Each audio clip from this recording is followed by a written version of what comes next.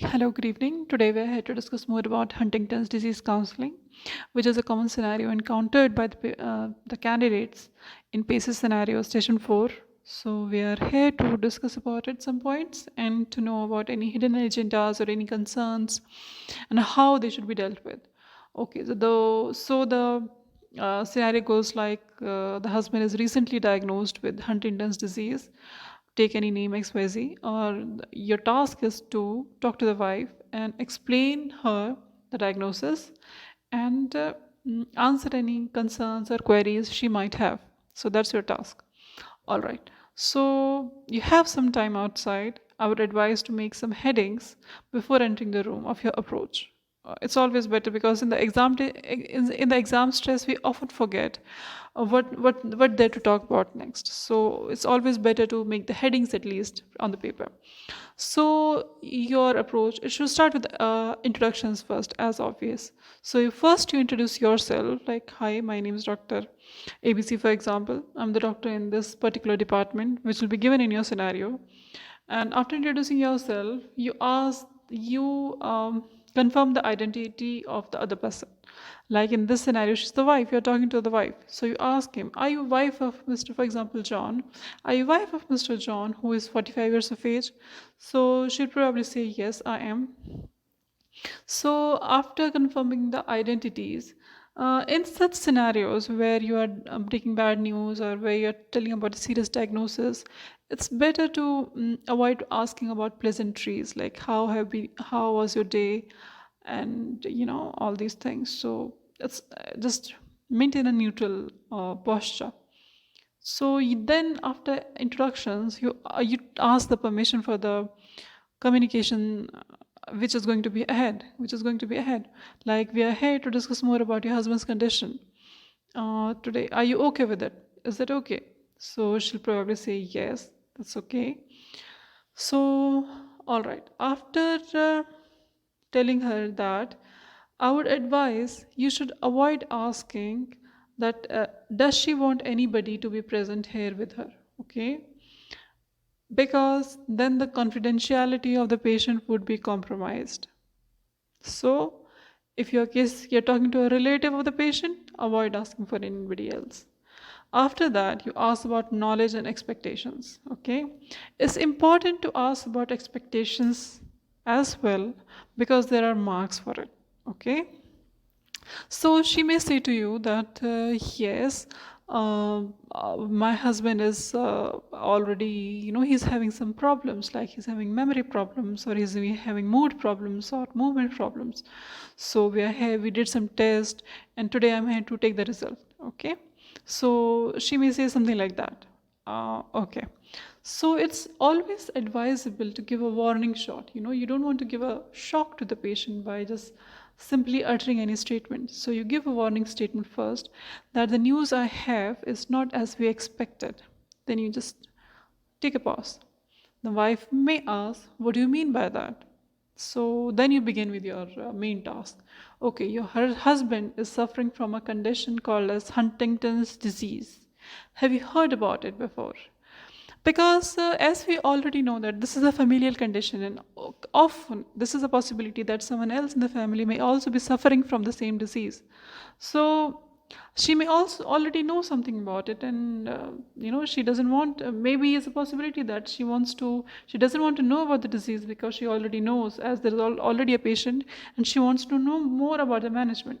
So it's better you ask, have you ever heard about it? So she may say, no, I have never heard, or she may say that, yes, I have heard.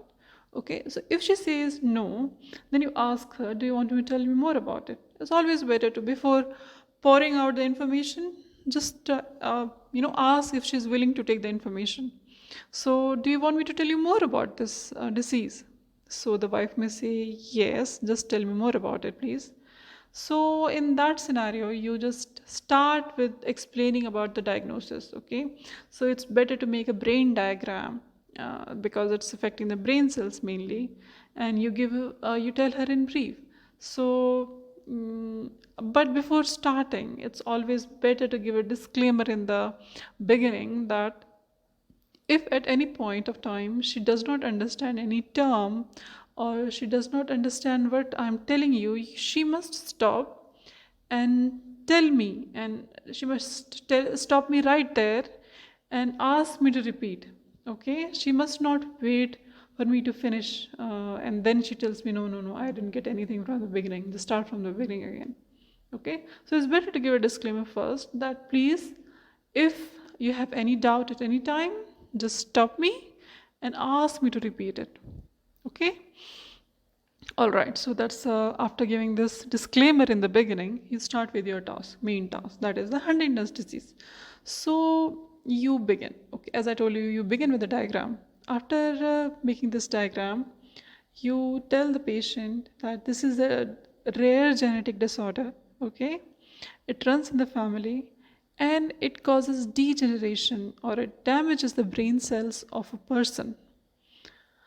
Okay, all right. I think this is a pretty simple statement. The relative or the patient, they must not have any doubt in that. So next you begin with, so our brain, our whole body is controlled by our brain. Okay, so if our brain cells are dying or they are degenerating, whole of our body functions will be affected. All the body functions will be affected, like speech, judgment, memory problem, movement problem. Okay, decision making, and often the patient may have any abnormal body movements. Okay, so everything which the brain regulates would be affected in this condition.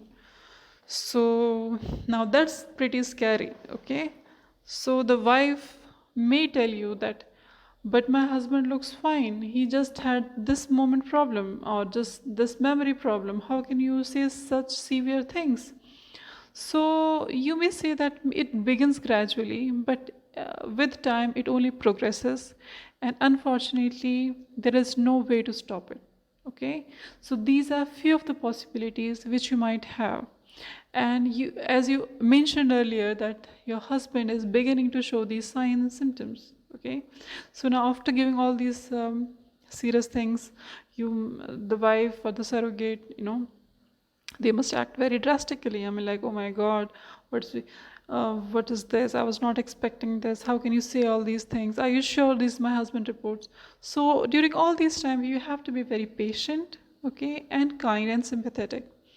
You must always say that I'm really sorry that I have to give you this bad news today, and I can know it, I can understand, I can only imagine. You cannot understand because you are not in her place. So you say, I can imagine that what you are going through, and this is a very tough phase for you, but don't worry, we are here to help you. Okay, so the long term sequelae, that he can be bed bound, wheelchair bound, dependent on others for even the basic needs, or these things must be told earlier, must be mentioned to the patient's wife or relative, so that they are mentally prepared. Okay, so after that, she will ask for, okay, please give me any treatment. I want to know about the treatment. So in that case, you tell that unfortunately there is no treatment for this condition. There's no cure for this condition available right now. But we have treatment and support for other complications, like if he's having some mood problems or mood swings or involuntary movements, we have medicines for that. Okay, if he's having job problems, we can give some occupational therapy. For speech problems, we can give speech therapy and language therapy. Movement problems, physiotherapy. Okay, so after explaining all these things, you ask for any doubt or concerns. Now, one of the important questions or concerns here is the wife is worried about job and the kids. Okay, so regarding this job first, okay, you must tell her that there is a possibility in the future where he might not be able to work. Okay, you must tell her frankly, and then she'll say, how will I manage? I have 3 4 kids and they're all school going, and he's the only breadwinner. How am I going to manage without him? So in that case, you must give her some fair options. For example, ask about the wife's education, if she can work. If not full time, maybe a part time job, or maybe a full time job, whatever, depending on her situation. A social worker, they may connect her to the appropriate departments which can help her in obtaining some social support. Maybe the husband's company, they're willing to help with the education of the children, okay? Or the other financial help they can provide, or if the patient have an insurance, okay? So all these things you can offer to the wife. Next, the wife is worried about the kids. She will ask you, will my children get it? Okay, and you told me that it's a genetic disease. So can my children get it? And is there any way to stop it or treat it? So you must tell her frankly and openly that no, we don't have any uh, uh, way to stop the disease or to treat it or to prevent it in any way. Okay, so she may tell you that, can you test my kids? Okay, so this may be a hidden agenda, so it's always better to ask how many kids they have and the age. Okay, because if the kids are elder than 18, maybe they can consent for a genetic testing. No problem in that. She wants to get him tested. You talk to the kid, go send him to a genetic counselor, tell the kid about pros and cons, and he may decide. But if the kids are younger than 18 and they cannot consent, unfortunately, you have to tell that to the wife that unfortunately the child cannot be tested. We are not offering any genetic testing in this situation with the children because we cannot. There is no benefit in doing it. Okay, because we cannot prevent it or stop it. There is no treatment available, and moreover, genetic testing need consent. Okay, and the child younger than 18 cannot give a valid consent, so we cannot go ahead with it. However, after they turn 18, we have a choice to talk to the child or then adult, um, explain the diagnosis. Okay, explain that he has 50% chance of getting the disease, and these are the pros and these are the cons. Would you want to go ahead with the test? Okay, so that discussion would be done with the child when he turns 18, not with the wife or any relative. So still, if she insists, then you can refer her to the genetic counselor. Okay, I'll refer you to the genetic counselor. He may be able to understand, make you understand more better probably than I am. No, than I am. Okay, he will tell you about the positive and the negatives of the doing this genetic test, and then you can decide what options you have. All right. So at the end of the conversation, you ask for uh, another concerns, more concern, any doubts, anything which you have not understood. Okay. After asking the concerns again, you give her some. The thing is, you summarize in the like when the examiner says you have 2 minutes left. Okay, I think your concerns should be over by that time, and you should be summarizing. Okay, you summarize like in short what have all you have discussed. If she has any doubt or any concerns again, um, after that, I don't think the social history has a point in this scenario. If you're talking to the patient, maybe you could have asked for hobbies or etc. Okay, if about the job, what job he's doing. But I think still you can go ahead if you want to. Then what's his job? If he has any hobbies, or does he smoke or drink? In short, if you have any time, if you have time, you can ask. But most likely, it's a very big scenario. It's better to avoid. So after that, I think your scenario will finish by that time. Then the examiner questions will come. So he may ask you ethical and legal issues. That's like the most important thing in any communication scenario where they, in which they ask. Although recently they are not asking it, they are not, very rarely they ask these legal and ethical issues. They ask about other things like the definition or the treatment nowadays, and the clinical part is also being covered in the communication. But anyhow, you must know about the ethical issues. So the ethical issues here are autonomy, which is not implied in this because you're talking to the wife, not the patient.